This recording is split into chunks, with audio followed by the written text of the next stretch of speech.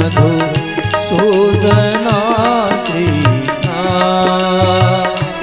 मधुरापुरी कृष्णा मधुसूदना कृष्णा स्वागतम कृष्णा शरणागतम कृष्णा शुभ स्वागतम कृष्णा शरणागतम कृष्णा।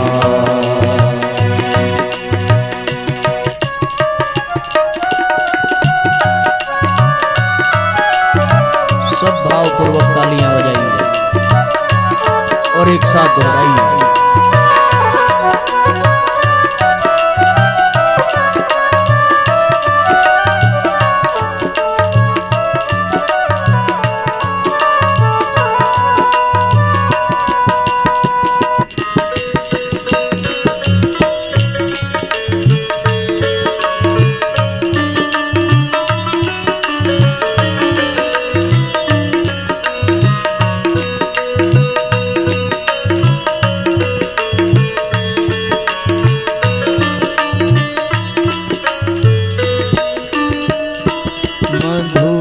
मधुरापुरी कृष्णा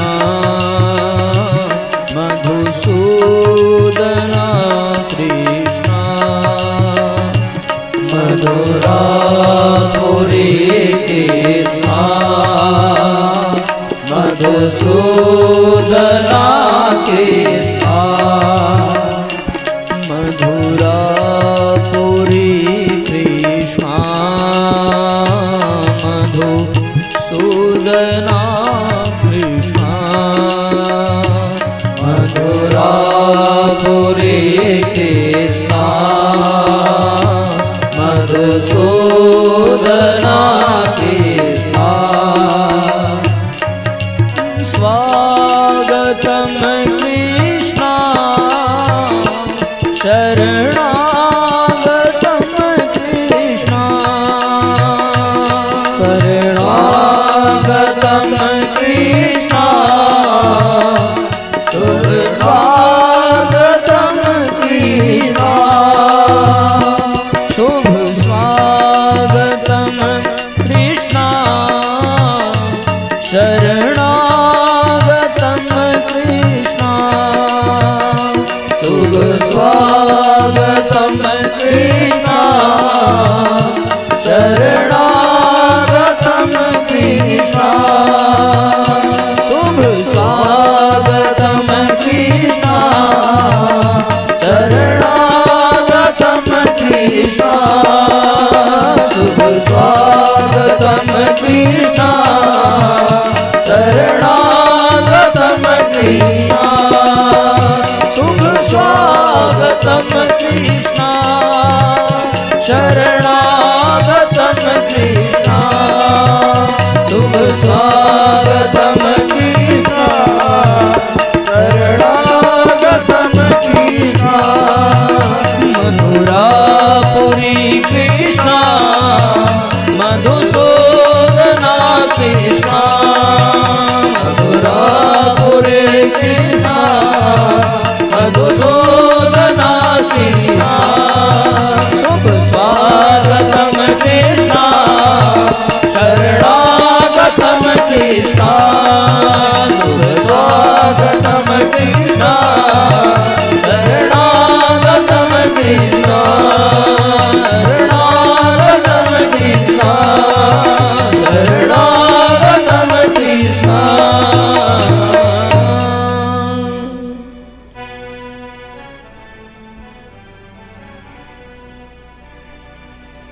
बोलिए कृष्ण कन्हैया लाल की जय। बोलिए भक्तवत्सल भगवान की जय। बोलिए बांके बिहारी लाल की जय। भागवत भगवान की जय। धर्म की जय हो। अधर्म का नाश हो। प्राणियों में सद्भावना हो। विश्व का कल्याण हो। सत्य सनातन धर्म की जय हो। बाबा विश्वनाथ की जय हो। गंगा मैया की जय हो। नमः पार्वती पतये हर हर महादेव।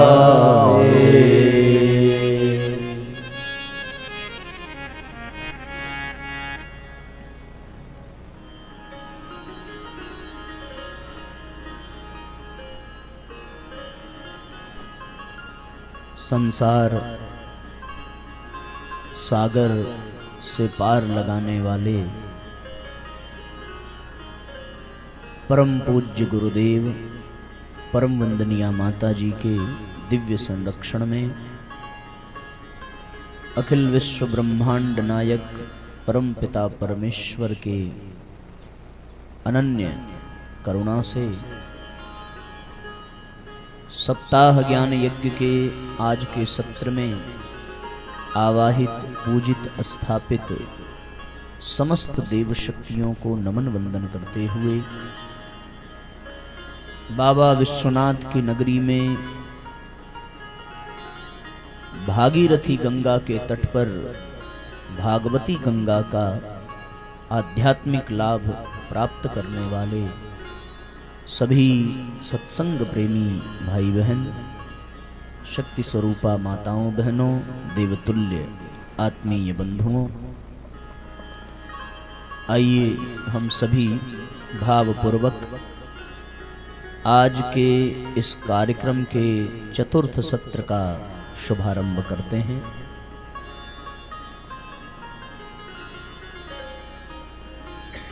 सर्वप्रथम आप सबको व्यवहारिक नववर्ष की बहुत बहुत मंगल कामनाएं, बहुत बहुत शुभकामनाएं। साथियों, यद्यपि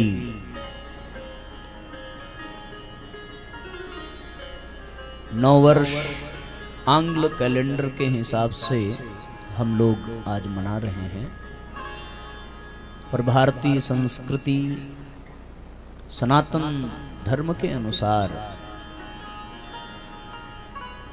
आज के समय में अंग्रेजी के जनवरी माह में कुछ भी ऐसा नया परिवर्तन दिखाई नहीं पड़ता जिसके कारण नववर्ष मनाया जाए।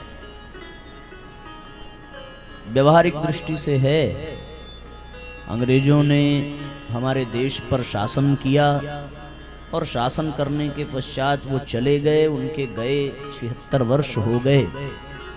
इसके बावजूद भी कुछ ऐसा हमारे यहाँ परिवर्तन हुआ नहीं कि हम लोग अंग्रेजों के बनाए हुए नियम, बनाए हुए पद्धति से बाहर निकल सकें।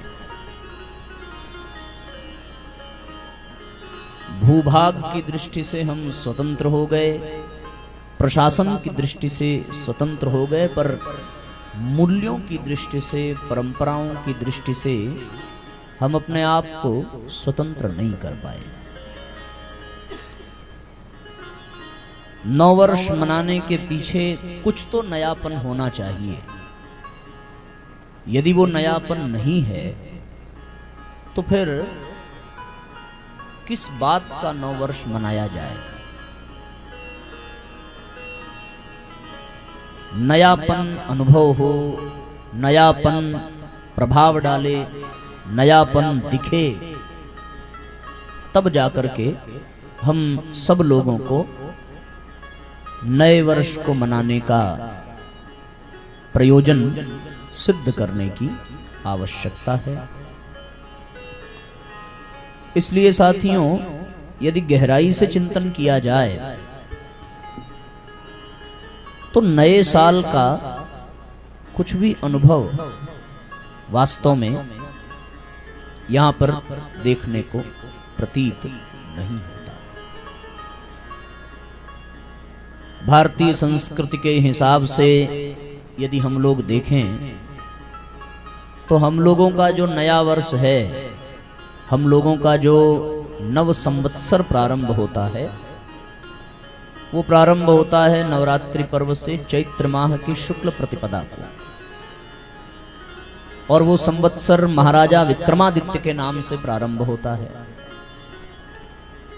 उज्जैन में विदेशी आक्रांताओं से मुक्त कराने में महाराजा विक्रमादित्य का बहुत बड़ा योगदान रहा। महेंद्रादित्य और मलयवती के पुत्र के रूप में विक्रमादित्य का जन्म हुआ। युवावस्था में ही राज्य की जिम्मेदारी इनको प्रदान की गई इनके पिता माता के द्वारा, और उसके पश्चात इन्होंने इस देश को संभाला। जब उनका राज्य प्रारंभ हुआ, तब से हमारे यहाँ विक्रम संवत्सर का शुभारंभ माना जाता है। और विक्रम संवत्सर के कितने वर्ष बीते, इसके पहले युधिष्ठिर संवत्सर चलता था, क्योंकि आर्यावर्त के जो साम्राज्य, जो राजा थे, वो पूरे आर्यावर्त के राजा महाराज युधिष्ठिर थे। तो कुल लगभग 3000 वर्ष तक युधिष्ठिर संवत्सर चला। और उसके बाद अब जो संवत्सर चल रहा है, वो 3000 के बाद 2000 कुछ संवत्सर चल रहा है। यानी कि कलयुग के प्रारंभ हुए लगभग 5000 से अधिक वर्ष हो चुके हैं, जिसमें 3000 युधिष्ठिर संवत्सर और आगे का जो अब संवत्सर चल रहा है वो विक्रम संवत्सर कहा जाता है। भारतीय संस्कृति के अनुसार, भारतीय परंपरा के अनुसार ये उस संवत्सर के आधार पर जब वो प्रारंभ होता है, सामान्य भाषा में यहाँ ये कहा जाता है कि होलिका दहन के साथ संवत्सर जल जाता है और नए संवत्सर का शुभारंभ होता है। उसके ठीक बाद चैत्र माह की रामनवमी और नवरात्रि का पर्व प्रारंभ होता है। अपने ही देश में भी अलग अलग राज्यों में अलग अलग समय में नववर्ष मनाने का विधान है। जैसे अपने यहाँ उत्तर भारत में हम लोग चैत्र माह में नव वर्ष मनाते हैं, मानते हैं। आप गुजरात में चले जाइए, उधर महाराष्ट्र की तरफ चले जाइए, वहाँ दीपावली पर्व के बाद वो लोग नया वर्ष मनाते हैं। कुछ लोग 25 दिसंबर जो अभी बीता, बड़े दिन पर नया वर्ष मनाते हैं। आप कक्ष में चले जाइए तो कक्ष में आप देखेंगे तो वहाँ आषाढ़ मास में नव वर्ष का शुभारंभ वहाँ के लोग मानते हैं। सामूहिक दृष्टि से वास्तव में नव वर्ष किसे कहा जाए, अपने अपने किसी परंपरा के नाते, किसी विशेष वर्ग, संप्रदाय, समुदाय के नाते लोग अपने हिसाब से नव वर्ष मनाते हैं। पर सामूहिकता की दृष्टि से और वास्तविकता की दृष्टि से नव संवत्सर का शुभारंभ कब माना जाए। जो ईसाई धर्म के संप्रदाय के लोग हैं, जो अंग्रेज हैं, विदेशी हैं, वे लोग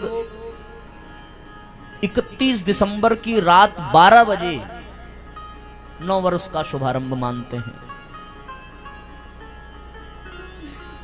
अच्छा, एक और, ये तो महीने की दृष्टि से है। अगर आप समय की दृष्टि से भी देखें तो जब यहाँ पे हम लोग नया साल मना रहे होंगे तो थाईलैंड में लोग नया साल मनाने की तैयारी कर रहे होंगे, क्योंकि यहाँ की अपेक्षा वहाँ 1.5 घंटे बाद 12 बजेगा। और अगर समय की दृष्टि से ये भी देखा जाए तो जब हम लोग यहाँ 12 बजे मनाने जा रहे होंगे तो सिडनी में 5 घंटे पहले लोग नया वर्ष मना चुके होंगे, क्योंकि यहाँ और वहाँ के बीच में लगभग 5 घंटे का अंतर आता है। समय की दृष्टि से भी सामूहिकता नहीं है। तो इसका एक ही तात्पर्य ये है कि लोग अपने अपनी सुविधा के अनुसार, अपने अपनी व्यवस्था के अनुसार, मैंने जिसको जब छुट्टी मिल गई तब वो दिवाली मना लिया, होली मना लिया। अगर ये पत्रा देखने का विधान न होता, नक्षत्रों और ग्रहों का गुणागणित न होता, तो जिसको जब टाइम मिलता तब दिवाली मना लेता। तो चलो भाई आज छुट्टी मिल गई है तो दीपक जला लेते हैं। कल 2 दिन की छुट्टी है तो चलो कल होली मना लेंगे। एक काम करो, तो अब जिस घर में ऐसा होता है कि जैसे मान लो कि 2 तारीख को कोई पैदा हुआ और भगवान की मर्जी कोई उसी घर में 3 तारीख को पैदा हुआ, तो अब वो 2 और 3 दोनों दिन थोड़ी मनाएंगे। वो तो अब सुविधा के अनुसार देखेंगे कि भाई 3 को छुट्टी मिले। आजकल तो एकादशी भी ऐसी ही है। पिछली बार वाली एकादशी तो ऐसी आई कि भाई वो हम लोग कब सीतापुर से निकले थे ना छत्तीसगढ़ की, 23 को निकले थे और एकादशी 22 को भी थी 23 को भी थी। अब 23 को सफर करना था तो 22 वाली एकादशी हम लोगों ने मनाई। तिथि के अनुसार वो सही था, क्योंकि 23 वाली एकादशी अगर मनाते तो फिर द्वादशी में व्रत खोलने का संयोग न बनता। लेकिन अगर सफर न करना होता तो शायद 23 वाले पर भी विचार किया जाता कि भाई अब सीतापुर से हम लोग छत्तीसगढ़ जा रहे हैं, कथा में 23 वाली पूरी यात्रा में बीतेगा तो एकादशी के नाते असुविधा होगी। और कुल मिलाकर कहने का तात्पर्य यह है कि अपनी सुविधा के अनुसार, अपनी व्यवस्था के अनुसार किसी भी चीज को मनाना ये बहुत मर्यादित, बहुत अनुशासित नहीं लगता। वैसे आप अपने मर्जी का करो, कोई उसमें रुकावट भी नहीं है, कोई गलत बात भी नहीं है। आप किसी को हैप्पी होली बोल दो, क्या कर लेगा आपका? यही कहेगा कि अरे अभी होली कहाँ आई है। तो आप बोलेंगे भैया आज तो हमें आज ही समय मिला तो हम। अब होली वाले दिन पहले कॉन्टेक्ट्स इतने नहीं थे ना, एक आदमी को 1-1 2-2 हजार लोगों को मैसेज करना है, रिप्लाई करना है, अच्छा सीन करो रिप्लाई ना करो, ये भी एक बहुत बड़ी दुश्मनी मोल लेना हो जाता है। आज सवेरे से खूब धकाधक हैप्पी न्यू ईयर आ रहा है, किसको किसको आदमी जवाब देगा? अब जितनी देर हम मंच पे बैठे हैं उतनी देर तो जाने कितने लोग बोल के निकल जाएंगे। अब जब 3 घंटे के बाद मोबाइल ऑन करेंगे और व्हाट्सएप पर ऑनलाइन आएंगे तब तक तो 700-800 मैसेज पड़े होंगे। अब 800 रिप्लाई करने में तो फिर हालत खराब हो जाएगी। तो इसलिए अपनी व्यवस्था के अनुसार 10 दिन पहले से ही बधाई देना चालू किया जाए, 10 दिन पहले से ही मनाना शुरू कर लिया जाए। समय की दृष्टि से भी, महीने की दृष्टि से भी अपनी अपनी सुविधा अनुसार मनाना ये मर्यादा का उल्लंघन ही है, अनुशासन का उल्लंघन ही है। हमारे यहाँ सूर्य के गति के अनुसार जो समय सारणी तय की जाती है उसके अनुसार हम लोग त्योहार मनाते हैं।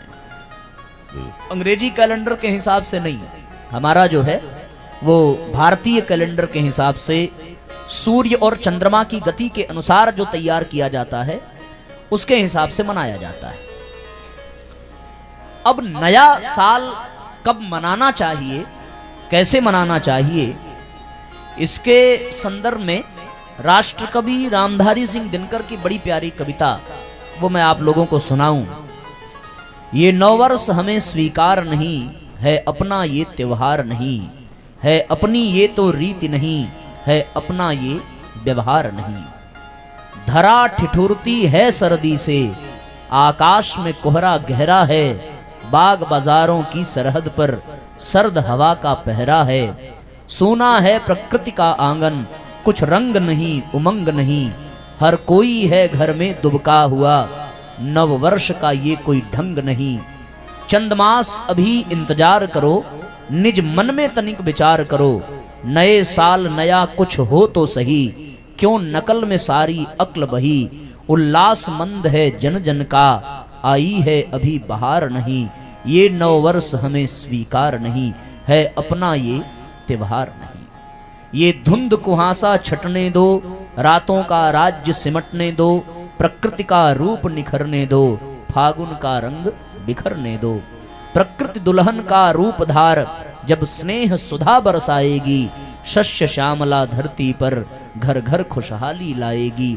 तब चैत्र शुक्ल की प्रथम तिथि नववर्ष मनाया जाएगा, आर्यावर्त की पुण्य भूमि पर जयगान सुनाया जाएगा। युक्ति प्रमाण से स्वयं सिद्ध नववर्ष हमारा हो प्रसिद्ध, आर्यों की कीर्ति सदा सदा नववर्ष चैत्र शुक्ल प्रतिपदा। अनमोल विरासत के धनिकों को चाहिए कोई उधार नहीं, ये नववर्ष हमें स्वीकार नहीं है, अपना ये त्योहार नहीं है, अपनी ये तो रीति नहीं है अपना ये व्यवहार। इस कविता के अनुसार और भारतीय संस्कृति की पद्धति के अनुसार निष्कर्ष ये निकल करके आता है कि हम लोगों को उस समय नया साल मनाने की परंपरा रही है जब वास्तव में इस धरती पर कुछ नया हो।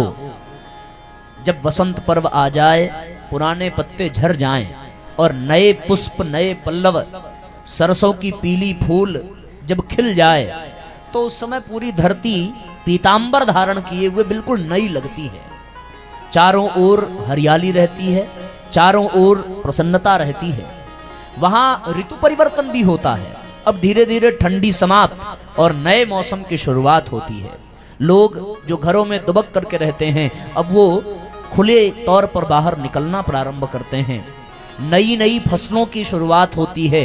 तो जब मौसम नया हुआ, पुष्प नए हुए, पत्ते नए हुए, धरती नई हुई, वृक्ष नए हुए, फसलें नई हुई, अनाज नया हुआ, ऋतुओं में परिवर्तन नया हुआ और सूर्य भी दक्षिणायन से उत्तरायण जब हो जाए, तब नववर्ष मनाने का विधान तर्कसंगत भी लगता है, प्रामाणिक भी लगता है, व्यवहारिक भी लगता है। ऐसी दृष्टि से यदि देखें तो। और एक और बात कि ये जो अंग्रेजी वाला 9 साल है, नया वर्ष है, इसका परिवर्तन लोग रात में 12 बजे मानते हैं। रात यानी अंधकार, अंधकार यानी अज्ञान। हमारे यहाँ कोई भी ऐसा पर्व, कोई भी ऐसा त्योहार नहीं है जिसको मनाने की परंपरा रात्रि में हो। ये मुगलों के शासन में मजबूरी के कारण लोगों ने विवाह रात में करना शुरू किया, अन्यथा रात में कुछ भी हमारे यहाँ मनाने का विधान था नहीं। एक और बात कि जब रोजगार की परंपरा चली, पहले कोई किसी के यहाँ नौकरी की इतनी अधिक परंपरा नहीं थी। लोग स्वरोजगार में अपने द्वारा ही धन का उपार्जन करते थे। घर घर स्वावलंबन की प्रक्रिया थी। कोई किसी के यहाँ नौकरी नहीं करता था तो उसको सहजता से अपने अनुसार दिन में समय भी मिल जाता था। इस बात की चिंता भी नहीं करनी होती थी कि दिन भर काम करेंगे, रात को छुट्टी मिलेगी, समय मिलेगा तो रात में ये मनाया जाएगा। पर विदेशों में रोजगार की परंपरा रही, वो दूसरे के यहाँ नौकरी करते रहे और रात में जब समय मिला तब उनके जितने भी उत्सव हैं वो सब रात में मनाए जाते हैं। रात यानी अंधकार, अंधकार यानी अज्ञान। अज्ञान के आधार पर यदि कोई पर्व मनाया जाए, कोई उत्सव मनाया जाए, तो फिर उस उत्सव का आनंद व्यक्ति ले नहीं सकता। आप कोई भी काम जितनी सुगमता से दिन में कर सकते हैं, उतनी सुगमता से रात में नहीं कर सकते, कितनी भी अच्छी व्यवस्था हो। दिन में आप शोरगुल कर सकते हैं, धमा चौकड़ी कर सकते हैं, रात में करेंगे तो 12 बजे के बाद या जो भी नियम हो प्रशासन का, उसके बाद पुलिस आ जाएगी। और रात में कोई भी उत्सव मनाया जाए तो वो मर्यादित हो ही नहीं सकता, क्योंकि वो अंधकार में है। दिन के प्रकाश में जब कोई उत्सव मनाया जाता है तो उसका एक अलग प्रभाव होता है, उसकी एक अलग ऊर्जा होती है, उसका एक अलग उत्साह होता है। ऐसी स्थिति रात में जो लोग मनाते हैं पर्व को, उत्सवों को, और विदेशी और ये नए साल को, तो वो शराब पीने के आधार पर मनाते हैं। दिन से अच्छा है कि रात में पियो, पी करके सो जाओ, सवेरे तक ठीक रहेगा। पर अपने यहाँ नववर्ष, नवरात्रि के पर्व पर मनाने का विधान इसलिए है कि वो लोग भले 2 घंटे का नया साल मनावें, शराब पी करके मनावें, पार्टियां करके मनावें। हमारे यहाँ नया साल पूरे 9 दिन तक मनाने का विधान है। और वो 9 दिन हम लोग अध्यात्म के आधार पर मनाते हैं, श्रेष्ठता के आधार पर, मानवता के आधार पर। हमारा जब नया साल आता है तब उन दिनों में हम लोग साधना करके, उपवास करके, अनुष्ठान करके, कलश स्थापित करके, वो भी सब नया है ना।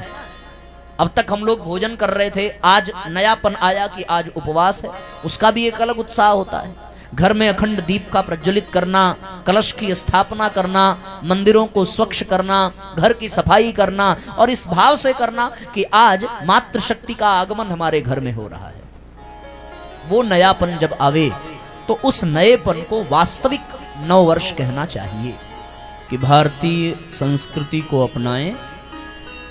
और 9 अप्रैल दिन मंगलवार को जब नवरात्रि का पावन पर्व शुरू हो तब नया साल मनावें और नए साल की बधाई दें, वो ज़्यादा उचित होगा। अन्यथा हम सभी भारतीय सभ्यता, भारतीय संस्कृति से हाथ धो बैठेंगे और नुकसान उससे केवल और केवल अपना होगा।